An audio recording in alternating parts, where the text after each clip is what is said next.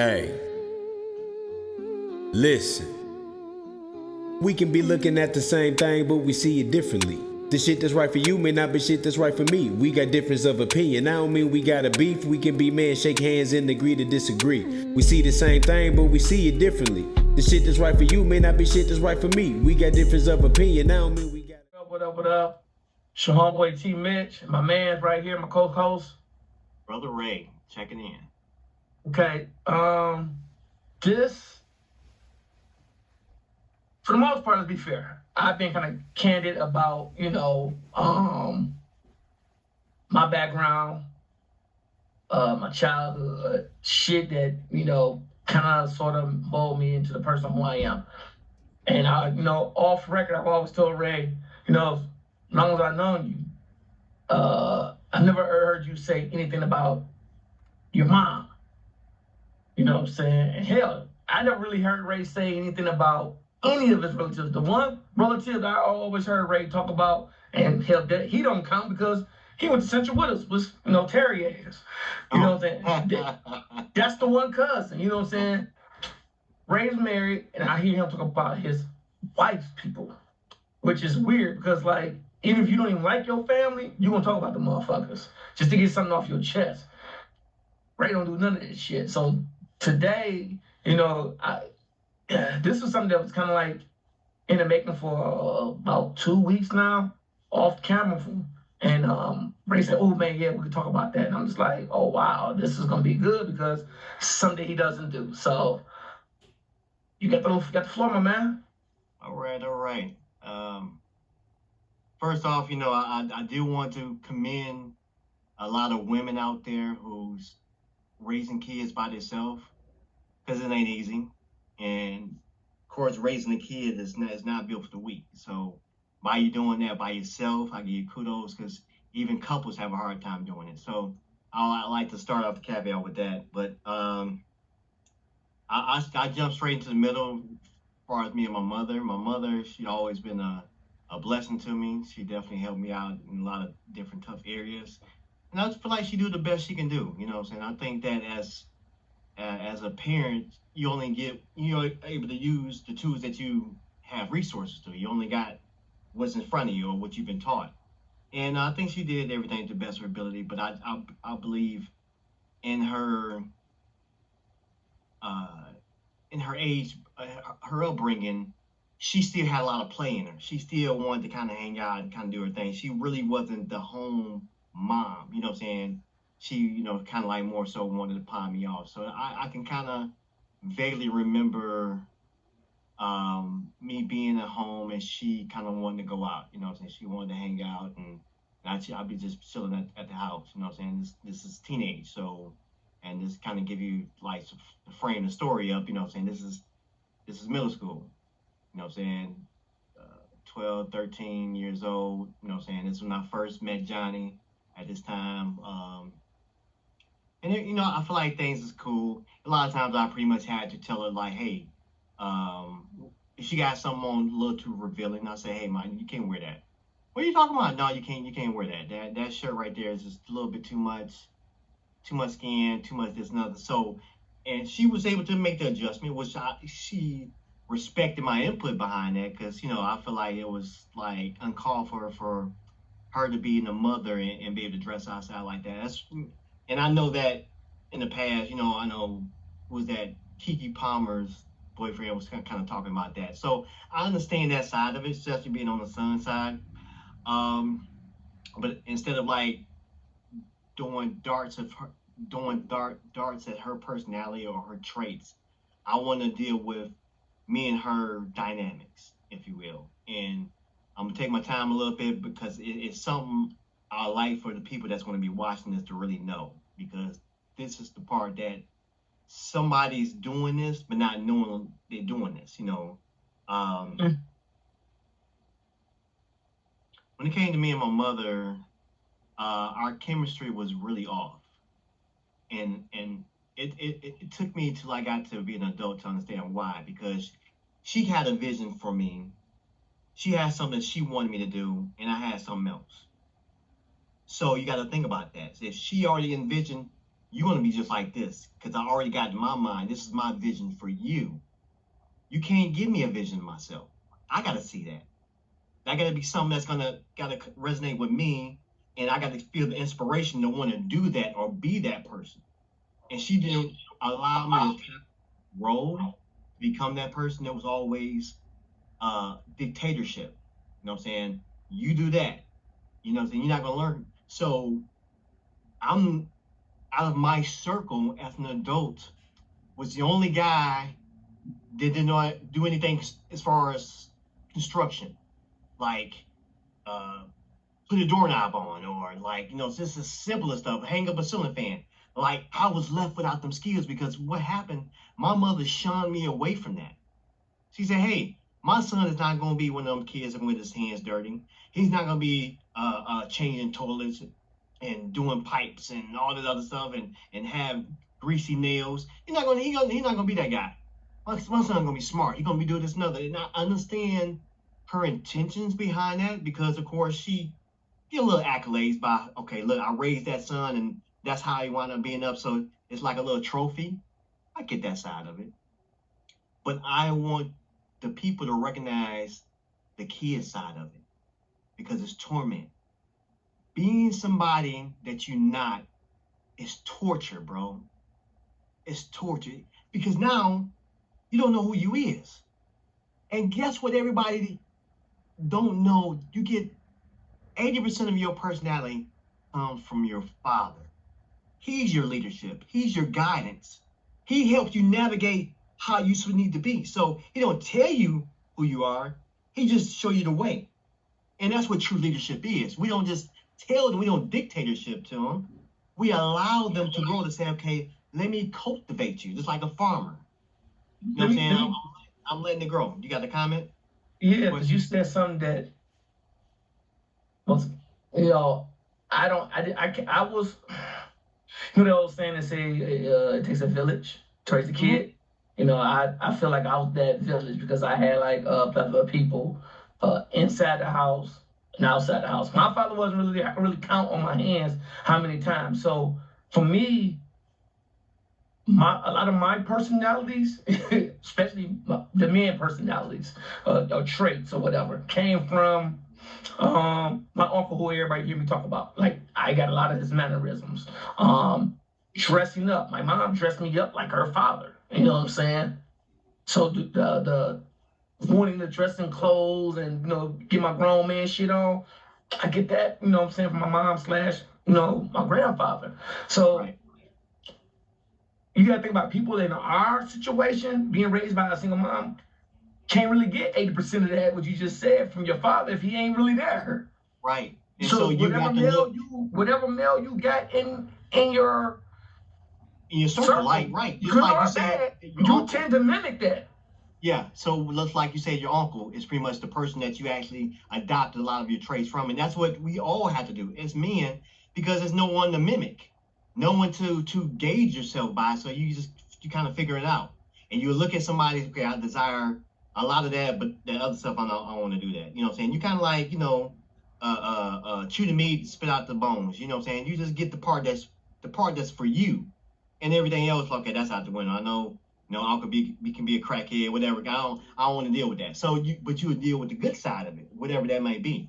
And I think that I had different men in my life that was very intricate, if I could say it like that, very, very strategic, where they was able to feed me just enough to figure the rest out. You know what I'm saying? It's almost like you don't want to fish for a man. You know what I'm saying? You want to teach him how to fish. You know, you want to show him, hey, all right, I'm watching that you fishing, but the way you put that worm on the hook, you're going to lose a lot of bait. So what you need to do is have that worm and just show me that part. Okay, all right, now try it. And I throw it out there, whatever the case may be, whatever that situation might be. I had people in my life that was able to do that for me, which is really cool. But still, I was more like getting piecemeal. The only person I like idolized as a kid was my Uncle Frank. And he died when I was 13. Yeah, I was 13 years old. 13 years old, 8th grade, my Uncle Frank died. And that was my only idol. So I'm like, oh man, because I didn't want to be like my grandfather. I feel like my grandfather was more of a tyrant, a Scrooge, like just always mad, always doom and gloom, ain't nothing right. Oh man, it's like a nice day today. Oh, but it's gonna rain later. And he always had that demeanor. And I'm like, man, I just I never want to have that type of aura. I never really, but I do have a lot of his traits just because he's my grandfather. And even though I kind of, in a way, kind of despise that out of me, but I'm learning to embrace it now because that's who I am. Like, if I'm that way, like, I gotta like know that, hey, that's me. I can't step here and say, oh, So forget that. it's an old saying I have. Sometimes that in which that we despise and try not to be, we ultimately thrust ourselves into being that. Yeah, yeah. You know what I'm saying? Because And it could be that's like where your focus. voluntary or involuntary. Yeah. So that's that. I think that's where your focus is at. Whatever that you focus on, that's what you become. You focus on that, you're going in that direction. That's why they tell you, what I'm saying, in motorcycle class, like, hey, you making that left, look where you're trying to go to. You look anywhere else, you go, the bike gonna throw you off. So look where you're going that way, and go that direction. Um, but I believe what it came from me and my mother, our chemistry was kind of odd because, like I said, we had two different goals when it came to me. Um, so of course there's a lot of in the household. You got to think about even, especially in 17, 18. You got to think about this. I'm, young adult. I feel like I know some things. You know what I'm saying? I feel like hey, mom, like, we don't do that no more. We do this. Like, the times have changed. I feel like I got one up on her. And I feel like we Watch all, this. yeah, Because, until now, I didn't necessarily uncles not and it's wild because people like, damn, how y'all friends? Y'all been on each other since high school. And we just didn't ask those questions. Was your mother the only child? no. My grandparents had two kids. My Uncle Wow, that's Frank, wow. yeah, my Uncle Frank and my mother. Okay, so My you didn't mother, have no aunties on your mother's side. no, nope. And on my mother's side, I'm the only child. On my Uncle Frank's side, he got five daughters by four different women. Wow. So, we So kind of scattered. so Terry crazy ass is on your father's side. Terry is on my, no, Terry is on my uncle's side, to be exact. My Uncle Frank's first daughter that's her little brother. Okay. Terry's her little brother, yeah. And so since that was the male side of the family, because Terry got, he got three brothers, whatever, that I used to hang out with. So, and we all was kind of close in age, because Terry's a year older than me. He had a brother that's my age and another brother that's 2 years younger than me. So we all kind of hung out. We all played basketball, football, whatever, what I'm saying, did, what little boys did. But my mom's like, and another thing too, since that was the people I always hang around, she didn't mind me going over their house all the time. And mind you, think of this, I'm 12, 13 years old, and I'm learning how to smoke weed because I am over my cousin's house, right? And of course, things is, illegal back then, what I'm saying? Can't be smoking weed, especially as a teenager. But of course, what I'm saying, I was able to go by, what I'm saying, smoke a couple of J's. And of course, blunts came a little bit later, but still, like, we smoked a lot of, what I'm saying, a whole little pack of zigzags, whatever. I think when I look at it now, I looked at how she could have been a little bit more careful when it came to me being impressionable as a man. I need some type of guidance. I need some leadership because I'm going to be a leader. So I need to learn what a leader is all about. But I was never set in those environments to learn that.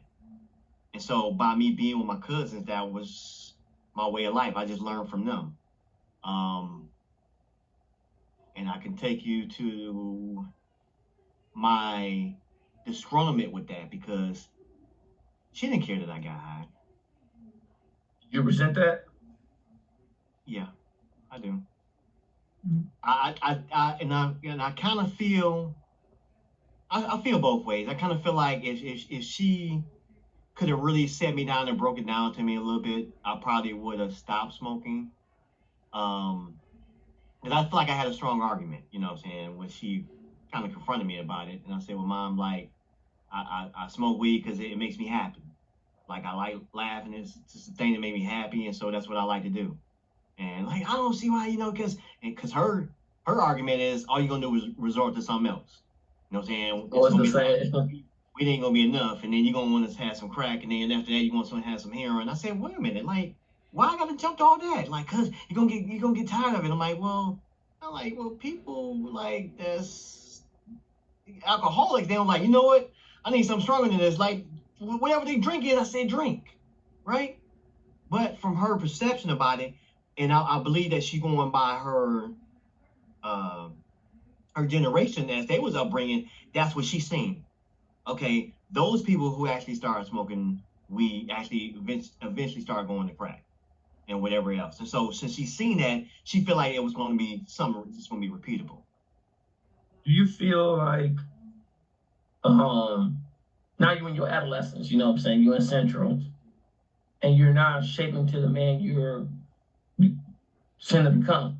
Do you feel at that stage, that's when you and your mother ran into like that fork in the road where now you're kind of like, I'm not going to do this. Not because now, let's be honest. When we get in that teenage years, we smelling ourselves, we become very rebellious. Like, no, I ain't doing that.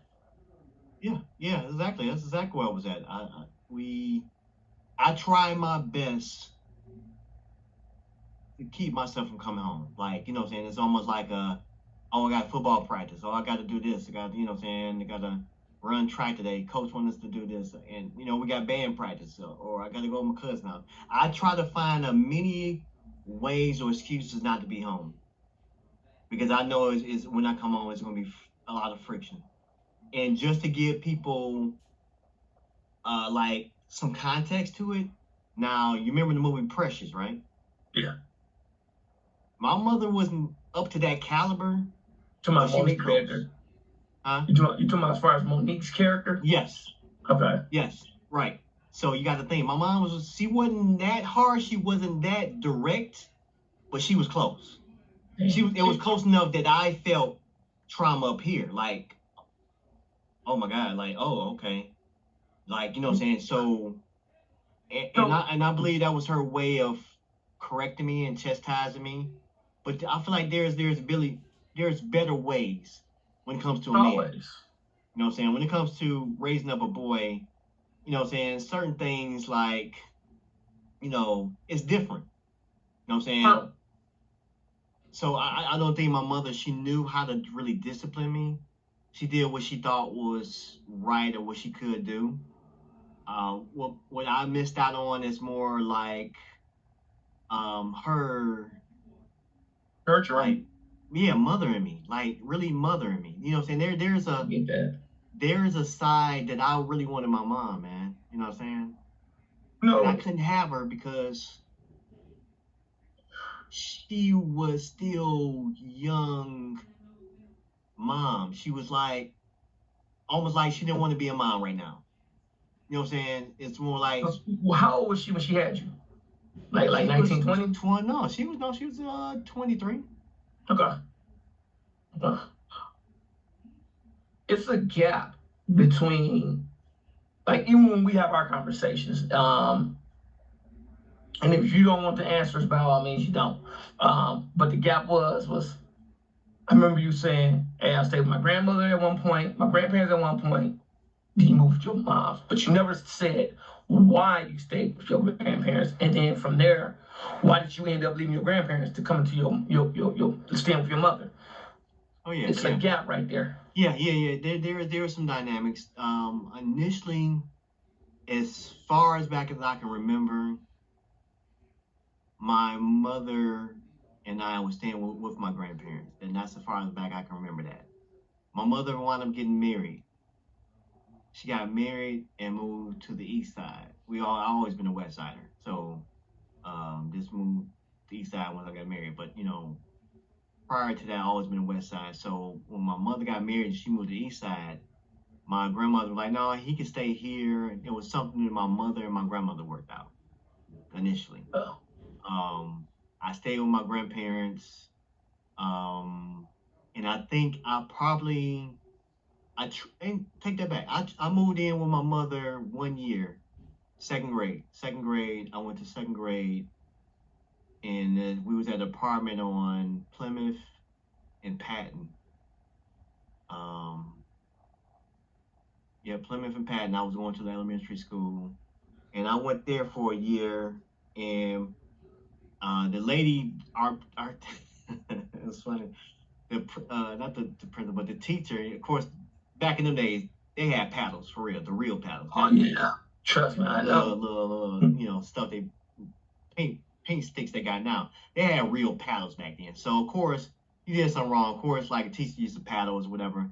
And my mom, she wouldn't have that. No, you can't put your hands on my son. No, whatever. I was cool with that shit. Like, here's the thing with that, because I feel both sides with it. Because true enough, she don't want nobody to touch her son. But if her son need to be corrected and you're not there, what you want to happen? I ran into something like that similar today, where somebody's kid was hit me, and I was like, I'm gonna hit you back. Like, I'm not your grandparents, I'm not your auntie, I'm not your mom, I'm not your daddy. Like, you hit me, I hit you back. Like, and you little kid, I get it, totally get it. I was that little kid too, I'm saying, I'm gonna hit you. I'm like, okay. And then my cousin, she was like, I'm gonna hit you back. And I was like, you better not cry, because my thing is, for every action is a reaction. His mom was like, don't be saying that, and that's what's wrong with these black men right now. You saying don't cry. And I wanted to be like, when did you become a black man? So for all you single mothers that's hearing this shit, this is where I'm getting on y'all asses. I'm happy for y'all, man. I'm happy for the ones that stood down and took care of their kids. You're doing your best when you're raising young black men. But when you got somebody like me, Ray, you know what I'm saying, that's walked those shoes, yeah, I get what you're doing. You're coddling your little boy and you're trying to make do because that male figure ain't fair. I get it. I totally get it. But you're doing a disjustice. You know what I'm saying? You gotta, if your kid is doing some fucked up shit, and I tell people, I hear people kid. So if you don't want your kid around me, you don't want your kid to get hit, then you may not want them around me. I'm not about to be like, I'm gonna tell you one time, your kid hit me. And if you be like, oh, go sit down, I'm like, that's it? Okay. That means I'm gonna lose a friend or something like that.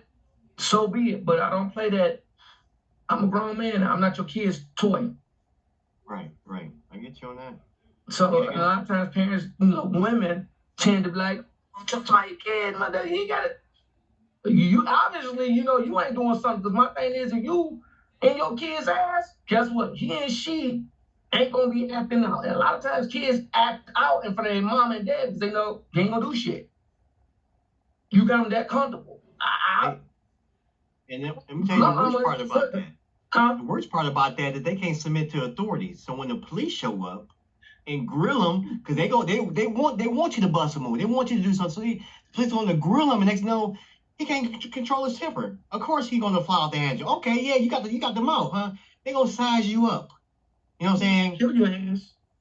Because my thing, let's fast forward now. And not to get off subject, you know what I'm saying? 'Cause we're gonna pivot back to it. But for all y'all that's doing this justice to your sons, I want to be, man. And I get it for some of y'all that don't want to hit y'all kids, but the laws got y'all scared, and these little bastards got the damn power, and quick to be like, I'm gonna record you, and I'm like, the day you pick up your phone be the last day you pick up your phone. I'm all for that, My thing is, I don't want you to fear me, but if it takes that, I'm gonna put the fear of God in you, and you're gonna respect me in the process. Because although my mom was about 5'2", in my mom was a 6-foot dude that was strong as shit and fast, and word could slice your ass up. Yeah, for men, our most important growth spurt is developing fear. like if men have fear, they will be controlled. They will be more mannerable. They will be more responsible. You know what I'm saying? It comes with a lot of different things because like you fear what your mama gonna say to you because like, hey, I need to do this because mom's gonna be tripping. There's a fear in there because you don't want mom's response. And also, it comes from a fear and also a disappointment. Like I never wanted to really disappoint my mom or my grandmother. Didn't want to disappoint them too.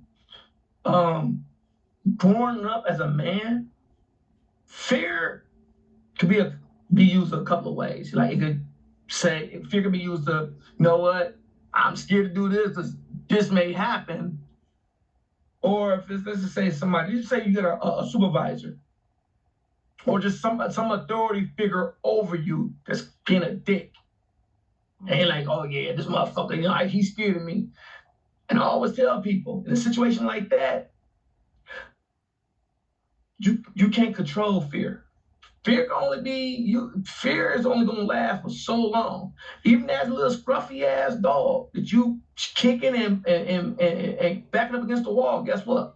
Eventually he gonna bite. And some people misconstrue fear and respect. See, if you respect me, you can go the distance for me. I get you do anything because you respect me. You speak my judgment. You're gonna feel comfortable. You can be like, he or she is not gonna put me in a line of danger, and you're gonna be willing to do it. Fear, yeah. After a while, you might be like, man, fuck him, fuck her, and you may swing or go get a gun and shoot every motherfucking body. Can't control fear, but I definitely agree with you on that. But back to what you were saying, you know, you said you was at the school, the paddle and whatnot. Yeah, so you know, got a paddle from teacher. My mom, she went up there, cussed the teacher out. Said you can't put your hands on my son, da da da. And then you know, send me back to grandma's house. So and then that's when I pretty much stayed with grandma, all the way up until I got, you know, because I used to spend what I do was have the school time with my grandparents. Then the summertime I spend with my mom. So sometimes What was that? Huh? How was that? That was like I said, it was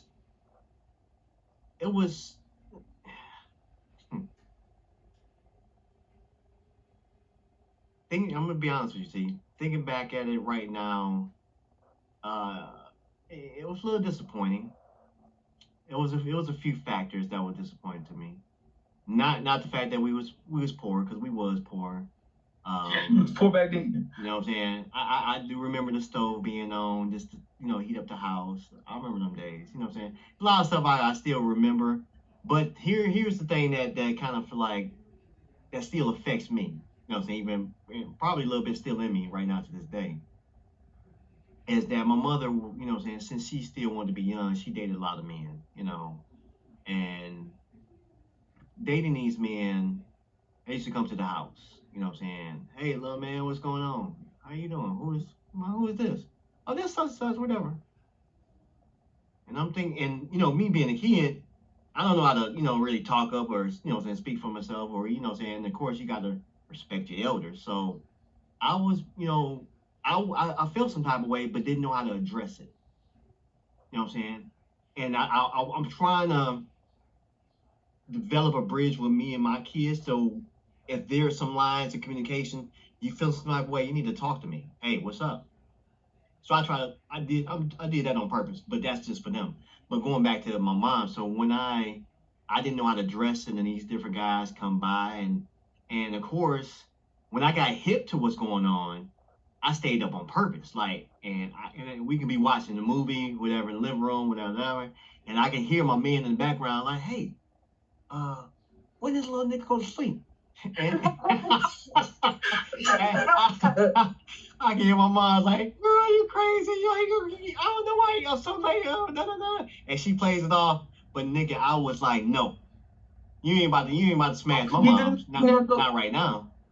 So I was doing it on purpose. You know what I'm saying? Just because I feel like my mom was being more gullible with it. You know what I'm saying? Of course, us being men, I when I understood the game, I said, oh, you know what I'm saying? You know what I'm saying? You use that to your advantage, you know what I'm saying?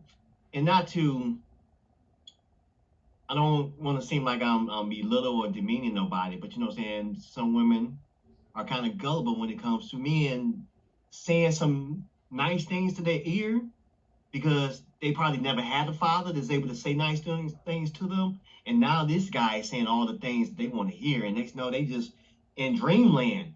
You know what I'm saying? It's like, wow, all I did was say a few words to you, and you just like, wow. So when I understood that side of it, and of course that, you know what I'm saying, and that's a whole nother podcast talking about being a playboy. But you know, so that involves me dealing with a lot of different women. But my grandparents, and this is something my grandfather told me this. He said this boy ain't gonna never get married. And my grandma's like, why you say that? Because you see his mama. Like his mama, you know what I'm saying? She ain't trying to get married. She don't know how to hold on to no man. Da, da, da. And he was going on this little laundry list with my mama, you know, her selection of men and everything else. So, and from hindsight, I see that she was really just being young. Like, you know what I'm saying? I feel like we all go through a whole phase. What was your mother's relationship with her parents, particularly her father, your grandfather? It was close. It was close. It became a little estranged when my grandparents moved down to Tennessee. They was always been up here. They left here and went down there. Mm-hmm. Okay, I thought it was never. No, yeah, that's all right. You know, the pieces come together. You know what I'm saying? Because you know what I'm saying, all these stories are kind of like, you know, kind of meshed together. But initially, my grandparents, they moved down to Tennessee like in '96, like right after I graduated. They moved down there. But you know what I'm saying, they've been up here this whole time. You know what I'm saying, and my mother's selection of men wasn't always the best, especially bringing them in front of another guy, your son. Like that's where I feel like this nothing nigga, you bring him to the house? Because I'm telling you this right off the back, and I told this to my daughter. I said, hey, I want to let you know, if you bring these knucklehead niggas in my house, I'm going to kick them out. And I'm just giving you the heads up because I know them type of guys, and you don't want that type of guy in your life. So I'm going to help you out with that because maybe you caught up in the weeds or what he's saying. He whispers sweet nuptials in your ear and he make you feel all mushy on the inside, and that's all game, baby. You know what I'm saying? He wants you to buy the fantasy. Can't make you feel like I feel, girl. So can't make you feel like I feel. And so, and I think it takes real men to stand up for a household, to stand straight. Like, okay, I can't let the wolves come in. Like, you know what I'm saying? No, these are precious women, and any guy can do anything to them. So I try to be protective, even with my own. You know what I'm saying? Even though they ain't my sisters, they my sisters, but I'm protected of them. You know what I'm saying? I'm like, hey, you know what I'm saying? What's up? What's going on? How's my man? And of course, you know, someone come to me like, Ray, I don't want you to say nothing. You know what I'm saying? And I don't want you, you know what I'm saying, to push him away. I'm like, I'm not. But if he's another nigga, he's about to get pushed. For real. Like, you know what I'm saying? And I want people to know that. Because one thing is me being enough nigga myself, coming up, being a player, dude, when a woman has a man that cares for her in that household, no matter if it's the daddy, it's the uncle, the big brother, if he in that household and he like looking after her, I'm like, oh, hey, baby girl, we can't kick it no more because I got to respect that man. That's facts, bro. Now, if he's there and didn't even care about me, it's like, oh, that's another nigga trying to get at my daughter, whatever. No, hey, young man, come here. Let me talk to you real quick. Let me, you know what I'm saying? Let me sit down with you. Let me chop it up. And like, oh, that's one of them niggas. you really care for real. So yes, I'm here for the games. I'm not here for your daughter for real. I'm just here for the games. So I'ma find somebody else to play with. That was me. Yeah, I do know this, that religion became a big part of your life. Oh, yeah. What part of that was your mother has to do with, and how does that, you know, the whole religion and your mother, how all that plays into? Because I think that plays a lot into your DNA. It's like there's certain stuff that you may say, and I may peep it out. I mean, Yeah. Like, but And you of do course, it. this And I'm is. like, yeah. And I just don't say nothing about it. And I remember even coming to you, I said, in my man's and all, I said, we got mommy issues. I was like, you got it. And I get it. We all got some type of issue that comes from our family. But it's generally, it's generally either mommy issues or daddy issues. Yeah, and let me, and of course I had to frame this up a little bit just because like when coming up with my grandparents, we stayed in church. You know what I'm saying? We didn't miss a Sunday. Like my grandparents was there. Like when I moved there, my mother, we wasn't going to church as much until I go to my grandma's house. You know what I'm saying? And majority of the time I go over there on the weekends, and so I would go to church with her still. Um, and my mother, she would come. You know what I'm saying? She was in church with us. When I got to, I think when when my grandparents moved down to Tennessee, that's when we stopped going to church completely. Okay, church was not, it wasn't a thing. My mother, she bumped into a childhood friend of hers named Nate. And Nate, you know what I'm saying, they grew up together, whatever, and they used to come over our house and have Bible studies. You know what I'm saying? And you know what I'm saying, he would come over on Thursdays, whatever, and at this time I'm doing landscaping, so you know what I'm saying, I got hair all in my hair and everything else, and grass in my teeth and whatnot. And so I'm like, dang, what is this nigga, you know what I'm saying, over here, whatever, having this Bible study. So um so my mom's was going to church with him for like a good year or two. And then after him being around for a while, I decided I'll visit. You know what I'm saying? They kept on asking me until I wound up visiting. I visited one church and I didn't like it. And then maybe a few months later, they invited me to another church, and I absolutely loved it. And the number one reason why I loved it, I feel like God was calling me at that time because the pastor was talking about my life, and I know he didn't know me. You know what I'm saying? He was actually speaking to me personally, like some personal stuff. So I said, okay. I brushed it off this one time, and I went the next Sunday. Same thing happened. And of course, like when um at the end of the service, the pastor, you always speak to everybody and, saying, hey, how you doing? Or whatever. And then he spoke to me. I said, hey, what my mother tell you about me? What you mean? Like, I heard you talking today and you kind of spoke some stuff, and I'm just trying to see, did my mother ever talk to you about me? She's like, no, she never said anything about you. She's told me that you're a son, and that's about it. I'm like, okay, it's something to this. So the third Sunday, I'm gonna check it out. I'm gonna see what's gonna happen. That third Sunday, he talked about my life again. I said, I was hooked ever since. I hadn't missed a Sunday since, like back to back, like didn't miss a beat, all the way up to the point where I changed my whole lifestyle around so much that I didn't even want to live with my mother no more. Like even the sight of her smoking cigarettes was bothering me. Like, and she's smoking away. I'm like, oh my God, like, man, I need to move away this house. And of course, like, at that time in my life, I'm making this transition because now I'm trying to be a godly man. You know what I'm saying? Stop the smoking and the drinking and all the partying and everything else. And Johnny, he was seeing me through the transition as well. You know what I'm saying? And of course, it was hard for me to like, hey, bro, I would hang, but I can't do it no more. Whatever. That was hard for me. That was a way of life. You know what I'm saying? We went to Don Terry's and everywhere else on in all the clubs in Canada. From Thursday to Sunday, we party, and it changed my life around, bro. And when I got, anytime I'm into something, I'm really into it. I'm not gonna halfway do it. I'm gonna be really in. Yeah. The same way with this podcast. If I'm in 100%. I can't just halfway do it. I got to be all the way in. So,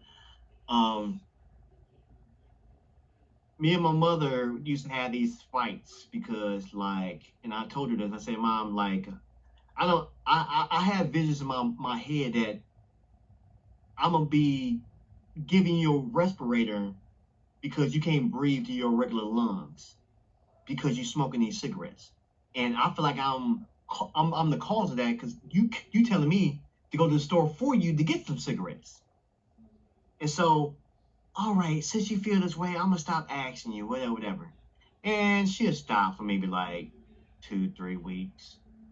Greg, on your way home, can you stop me with some cigarettes? Like for real, like man, and of course that irked me so much. Of course, that's something so small, but for somebody like me, I feel like respect was important. Like respect is really important, and I wanted to make sure that the people I'm around I'm protecting. So that was more of a protecting the mechanism. I want to protect my mother from not being a respirator at 60, 70 years old just because she can't breathe smoking these cigarettes. So that's a little sad thing, and I'm taking you through this gospel scenario so you kind of understand that part about it, because that was some friction there with me and my mother by me going to God, because even though she was going to that same church, but my level of spirituality was growing like really, really fast. Like the way, of course, I was like within a few years time, and it was a totally 360. I was a totally different guy. You know what I'm saying? You can ask Johnny. I was totally different. Like, what I'm saying? Do nothing, no clubbing, no drinking, no smoking, no hanging out, just at the crib, working, just doing my thing. That was my life. But I was going to church 3 days a week, and I was working my job 40 hours a week, and then I was going to school, and so I ain't got time for nothing else. So that was those transitions there, and like I said, I've been there since. Of course, I met my wife at that church, so it was a blessing for me to be there. You know what I'm saying? What transpired to a point where you was just like, you know what, this ain't gonna work, and you and your mother kind of like came ahead?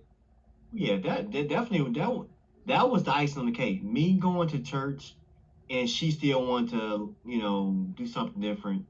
That was one of our biggest classes, because I left the house, I won't say 3 times. I think I left and came back. You know what I'm saying? So I came back twice and left the third time for good. But now I remember coming back twice, and I remember that second time I was dreading it, bro. I was really dreading it, because I'm like, I already know the hell I'm about to go through. Like, you know what I'm saying? Like, I don't care. Like, I can take the small studio apartment with the toilet next to the stove. I don't even care at this point. Like, I just need to get out this house, bro. And man, and to go there, and I believe my mother knew it was for good too, because like I remember that feeling like, oh, this ain't gonna happen again. Like, I ain't coming back again. Because my mother was even begging me, like, you can stay a little bit longer. You know what I'm saying? You okay? You know what I'm saying? Save your money. I'm like, no, I'm all right this time. This time I'm all right. The other time was like a rush, because I was moving in with somebody, you know what I'm saying? So it made the situation a little bit different versus me finding a place and I'm moving out on my own. So, and once I made that transition, everything worked out. Do your mother know what like what bothered you, or things she may have done, how it affected you? Have you guys ever talked about that? Yeah. Um, and I'll tell you the in pecking order, like the top thing. The top thing is to know to do the right thing, but just not doing it. Just choosing to do the wrong thing. It's something about that. It's something about, like, how you supposed to present yourself. There's a certain way that you supposed to live your life, if I can say it like that. You know what I'm saying? And especially, and it don't have to be even churchy. At a certain age, you know what I'm saying? Just right now, for you to go, I can't even think of that now. Because what was back in the days? River Rock? Yeah. Legends? But for you to go there right now, man, you look like a total idiot. Like, you like, dude, Pops, like, you look for your daughter here or something? Like, what are you doing here? Like, you know what I'm saying? You wouldn't fit in that category. It wouldn't blend well. And for the see, and not to say that scenario happened, but to see scenarios like that happen before my eyes, like, wow, that's kind of messed up. You know what I'm saying? Certain things I'm expecting her to lead on, and she won't take the lead. Like, you know what I'm saying? Some people, and I give or take, some people just never grow up. No matter how old they get, they just never really mature in different areas. but I still got some immaturity in myself on certain areas. So I'm still learning myself, but other people have areas that I feel like, man, you probably been got that by now, but they're not there. So When your grandparents moved back down south or moved down south, did they offer to say, "Hey, he's coming with us"? yeah, initially they did. Initially they wanted me to come down there. I couldn't at the time.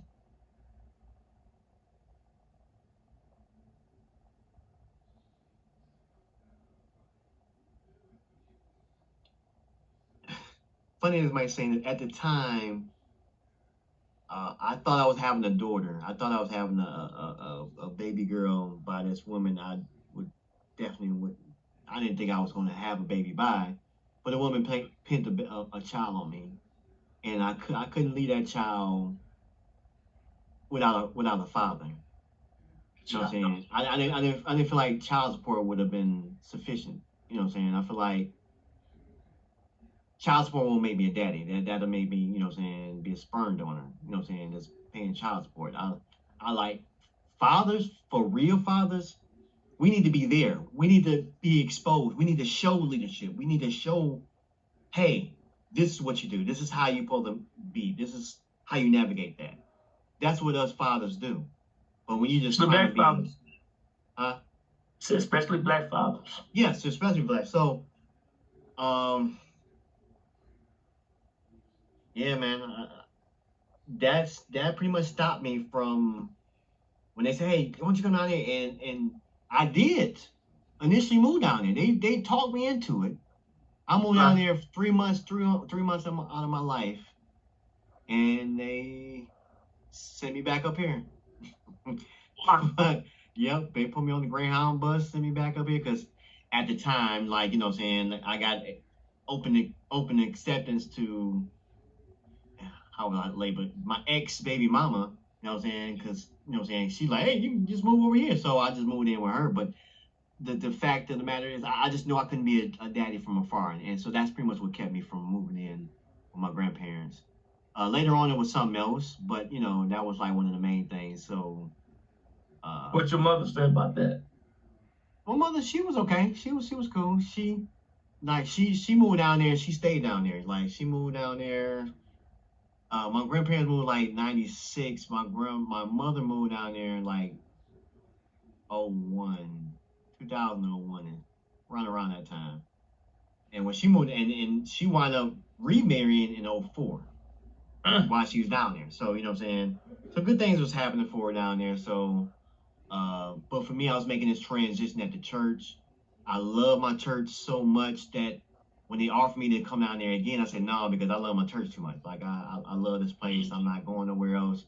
This is it for me. I'm done. Like that was my life. Was it friction with you and your mother based on the decisions you were making? Because she see the picture. No. You remember you said she envisioned you a certain way. So was you, I guess, walking that walk? Yeah, I was, and to be frank with you, I was really trying to become that boy that she wanted me to be. You know what I'm saying? That's the reason why I went to computers. That's the reason why, you know what I'm saying, I went to IT. Because like that's what my mother wanted. You know what I'm saying? I feel like I enjoyed it per se. You know what I'm saying? I enjoyed being in the computer world, but it was mostly upon her. So I think the friction came more when I woke up and decided I wanted to be me. And once I drew some lines in the sand, she just respected my lines, and so we didn't really have too much of a clash. We just pretty much got estranged after that, very estranged. Where you know what I'm saying, I barely talked to my mother. I was talking to my grandmother most of the time. I barely talked to my mother.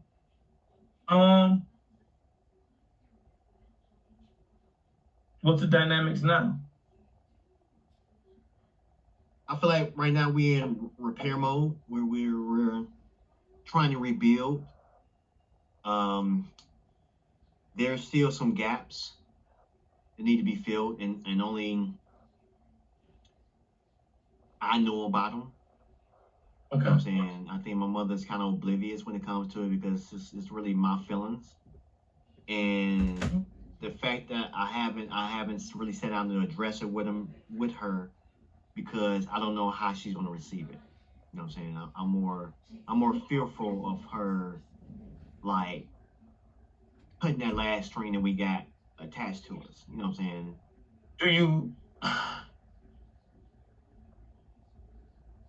Do you feel not telling her? Let me mention it. How can I word this? Do you feel whatever it is you gotta say has a hold on you? What she say now? No. With the things that y'all went through in the past, Oh, do you feel like that has a hold on you? some things, yeah, I believe some things. And one of the major ones is it's more the announcement of it. It's more of like, hey, I know I put you in a bad situation. I shouldn't have brought some man in front of you. I should have been more of a mummy to you. Like recognizing your mishap. You know what I'm saying? Because right now, to hold your head up high, stick your chest out, because where your son is at, like you can't polish that trophy up and put it up there on the mantle right now. Like you don't have that. So I don't want you to claim it because you don't have it. So I want you to get it genuinely, and we can work on that. Like I could be, you know what I'm saying, the product that you desire that you was trying to create in the first place. I can be that, you know what I'm saying, but it's some stuff that we had to rectify from the past that if and I ain't asking for much, bro. Like announcement, apology, and I'm done because I'm already forgived her. I'm forgave her for it. I'm moved on, but I don't want you to brush up on the rug like that never happened. If I don't address it, I never say nothing about it. And you haven't moved on? Yeah. Then you haven't moved on. Yeah, I tell you that I now. believe that. Because I like a lot of the stuff that my mom has said to me.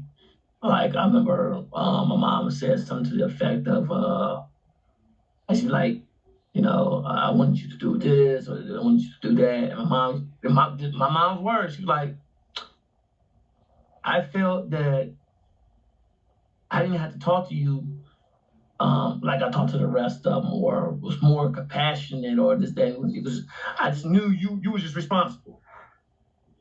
And I was just like, in my head, I'm like, that don't make no fucking sense, because I still needed you. Like, even if you show me that, like, hey, son, uh,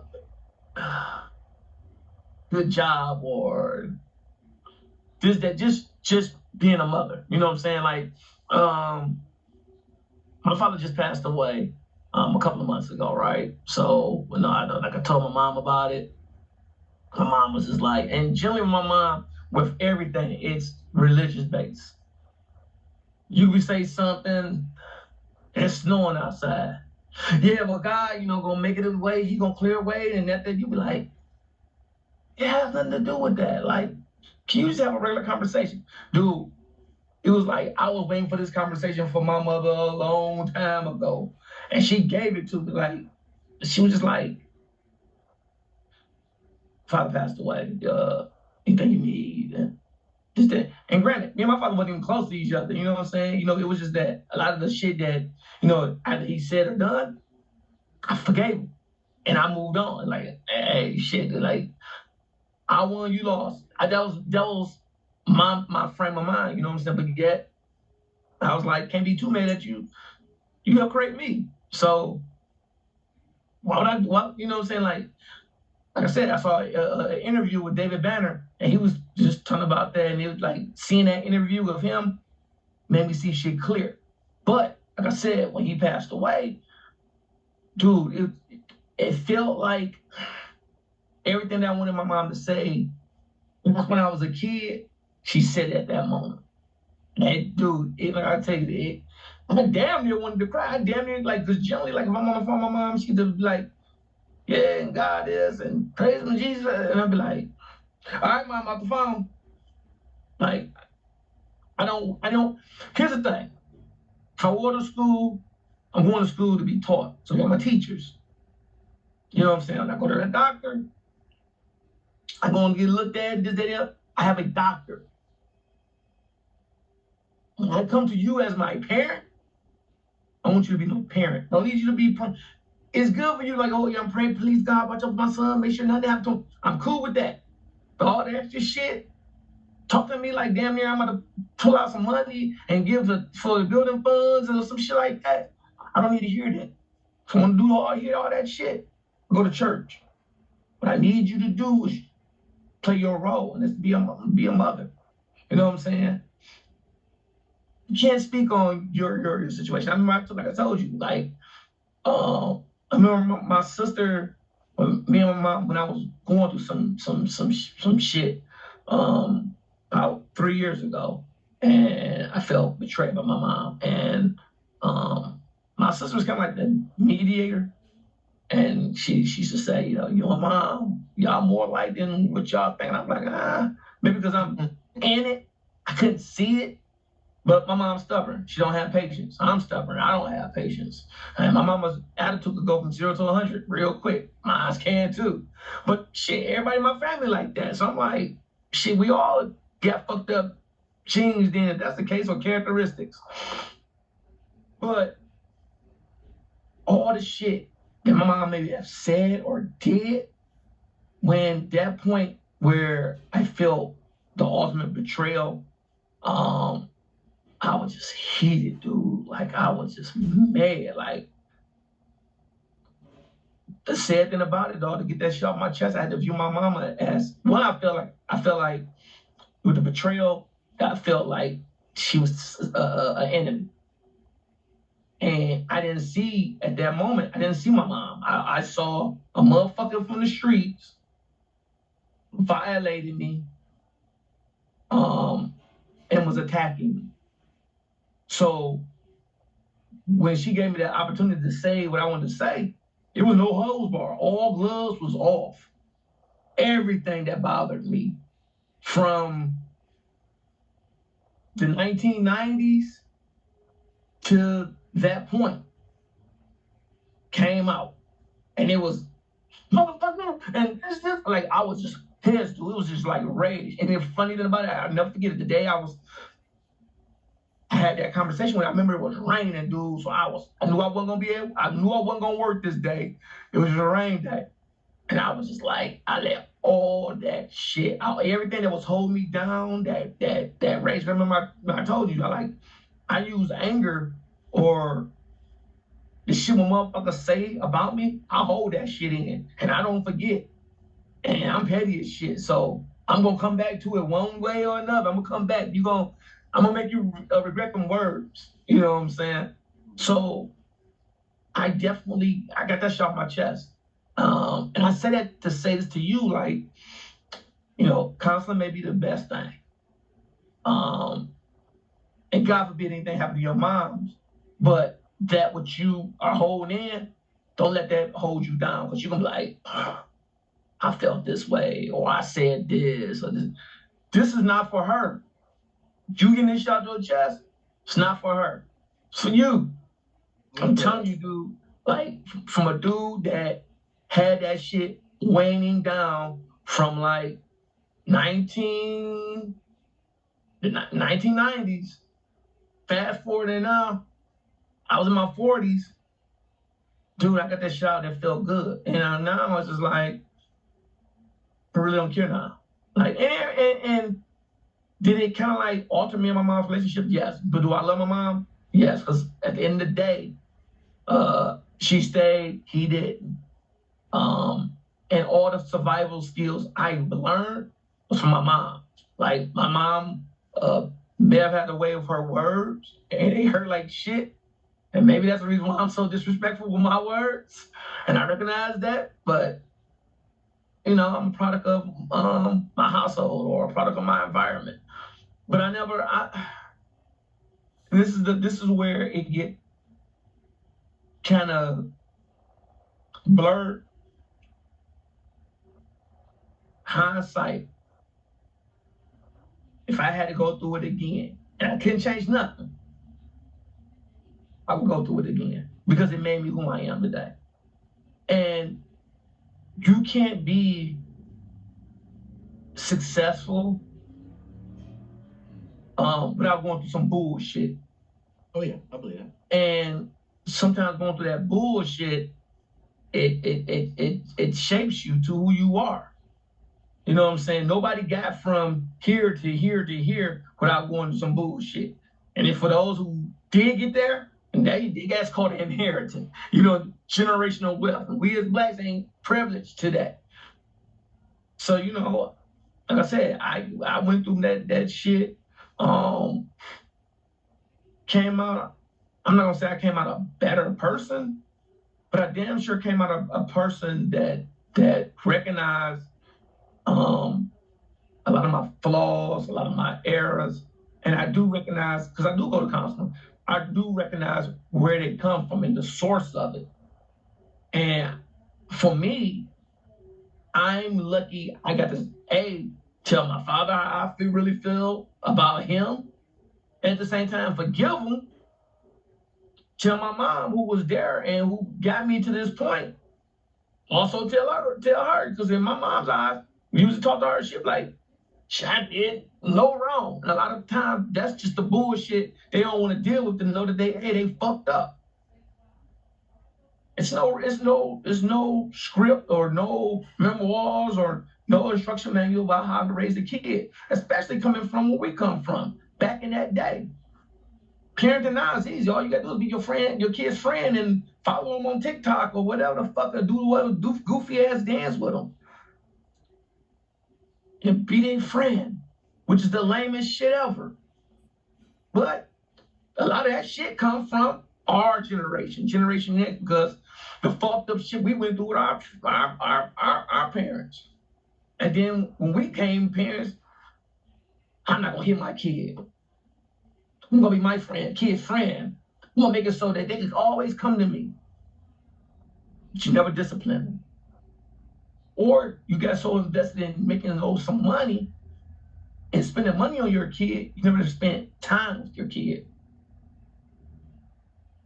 It's a two-way street, time and money. Right. And then unfortunately, those kids have kids. And they just even worse. So now you got a ripple effect. Let me ask you this: since you was able to let out that steam, like you don't feel like you carrying any of that load that you had in the past? No, I don't think I carry it, but I think I'm smart enough to recognize that that's still a part of me. I get it off my chest, and it wasn't even for more so for my mom or nothing like that, or my father. And then again, you know what? Now that I think about it, part of it, a small part, I think I did it more so to let them know they shit stank. Also to hurt them how I feel like I was hurt. That's part 2 of it. And then part 3 was to get that weight off of me, because it felt like a chain on my neck that was pulling me down, and it felt like a weight that was on my shoulders. You know what I'm saying? And it took me till I was 18 to like not really want to fuck with my father. Other than that, I was like that little kid or dog hearing a car come up the street. He was like, Sam. Oh shit, is it gonna stop? It's gonna stop. It's gonna stop. Okay, it went back to the house, it's gonna stop. And the car kept going. Then all of a sudden I was like, nah, fuck that. And I think I was like in my 30s or something like that when me and him got into it, and I was just ruthless and cutthroat. I was heartless. But once again, hurt people. Some people may say, oh man, that was wrong, and honor thy parents and this, that, man, fuck all that. You know what I'm saying? I feel like you got to do what you got to do for you. You know what I'm saying? Get that that weight that you carry off of you by any means necessary. It ain't gonna always be pretty because your upbringing wasn't pretty to get you to this point. You got to get that shit off you. A lot of people don't know how to, or a lot of people are scared to go to counseling. And for me, counseling was the best thing I could have went to. Like literally, like I told Rob, I told you and Johnny, I knew I had to go get a lot of shit off my mind. For one, I don't talk to people. That's one. But I'll never forget, I'm leaving work. I'm going down to Schaefer. I hear Finkel had a breakdown. And by the time I got to Puritan, it was as if nothing happened. Like my emotions went from here to here within a matter of maybe like 15 seconds. Got on the job and was working like nothing happened. But every time I was by myself, I just felt all that shit coming at me. And it was like dealing with what I was dealing with, and then dealing with what happened with me and my mom. So it's like, I'm good for fighting a good fight. And I'm good for even retreating and coming back to fight. You know what I'm saying? Like okay, this battle was lost. Let's retreat, regroup, come back, kick ass. And for once, I felt like I just didn't have the answers. And I felt like I was probably right at my darkest moment. I felt like I was telling a friend of mine, I said, dude, it felt like I was falling down a bottomless pit that I couldn't see. And every now and then when I had some good days, I would grab a vine and I'm like, I'm stop falling. And then the vine would snap and I would fall again. And I could never see when I was gonna hit the bottom because it was dark. That's exactly how I felt. And I felt like that Monday through Friday sometimes, and sometimes Monday through Sunday. I had my good days, and I'm a good actor. You know what I'm saying? If you really knew me, you knew something was wrong. My mom used to always tell me, I know something was wrong with you. Your voice changed. I know something was wrong with you because it's the look in your eye. You don't have that same look. And I can believe it, I'm in you for 9 months in your body. So yeah, you should know your kid. You know what I'm saying? If you don't, you're terrible as a parent. But I don't still love my mom. I got it off my chest. Because I felt like it needed to be off my chest, and I didn't want to be like, oh man, I should have said this and this, that, and the other. Because if God forbid anything happened to my mom, now I'm stuck with that grief, but I'm also stuck with that bullshit. At least now, I got that out of my system. Right. That's my best advice to give to you. Like I said, I remember you said something. It was about maybe a month ago. You was like, yeah, man, I want to talk about my mom, but he was like, I gotta respect her and all that stuff. So she might watch this shit and I don't know how she was gonna react. And I was just like, okay, I get it. I said, well, man, one day if I ever talk to her, I'm like, well, no, you treat this as if this is therapy for you. I mean, she can't get mad at the truth. This is your truth. Can't get mad. And sometimes it's easy to say what's wrong, but you feel comfortable, like, hey, it's just me and you. Take the camera out this, and then you be having one-offs, but there ain't no camera rolling. And you get stuff off your chest. Let me go off with a little rant because, like, I'm as you're saying this, some in my mind is brewing up, and it just happened recently, and maybe I need to start addressing things now instead of like continue to like just be passive about it. Now we've been doing this podcast a few months now, you know what I'm saying, at this point. Got quite a few episodes up. And my mother tells me about somebody who watched one of them. It's like, hey, I heard you and this is her line. I heard you preaching on Facebook. So I'm like, preaching? Like, really? Am I preaching? It's like, yeah, I heard somebody said what's that. I'm like, that's weird. Like, and I'm thinking in my head, like, why then am I preaching? I'm like, am I with somebody else? Like, yeah, you with somebody else? Like, oh, podcast, yeah. I'm like, okay, so like, who told you about this? So she kind of like was alluding to who told her. I said, yeah. It's like, yeah, I seen some, but I ain't looked at it yet. And some to the extent of she know about it, but haven't checked it out yet. And I scratch my head because it's like right now we're at an extreme situation trying to repair our relationship, and now you see your son is into something, and you don't want to check it out. You don't want to even look at it. You ain't doing nothing.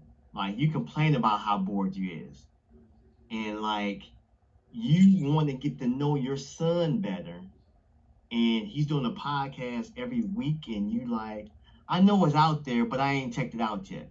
I'm getting my information from everybody else because everybody else is telling me about your podcast, and I'm like preaching it. I don't think I preach. No, I haven't been on a preaching rant. I haven't. Maybe one time, maybe once.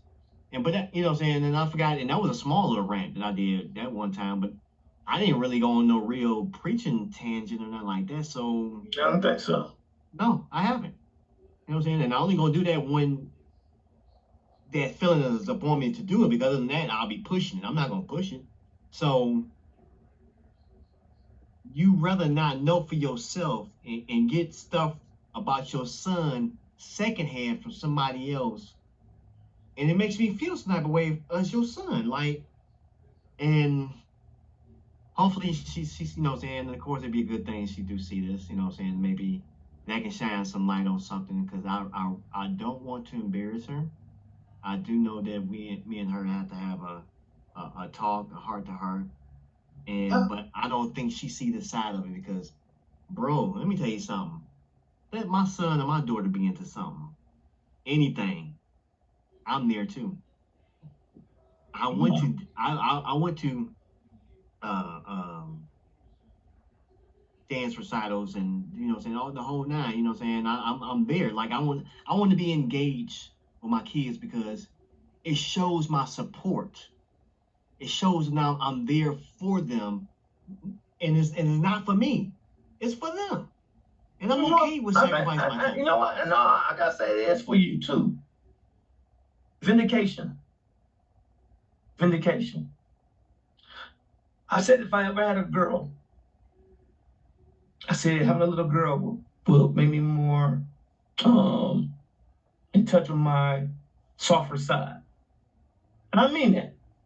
But I said if I had a son, it'd be vindication. Because all the shit that I felt I didn't get from my biological father, if I had a son, it's my biological son, he's gonna get that. Everything I've always poured into other people's kids, that's my cousin, nephews, god kids, my kid would not get that. Especially if he was a boy. It was imperative for me to have a boy. I wanted a boy. You know what I'm saying? But hey, didn't have no kids, whatever. But vindication.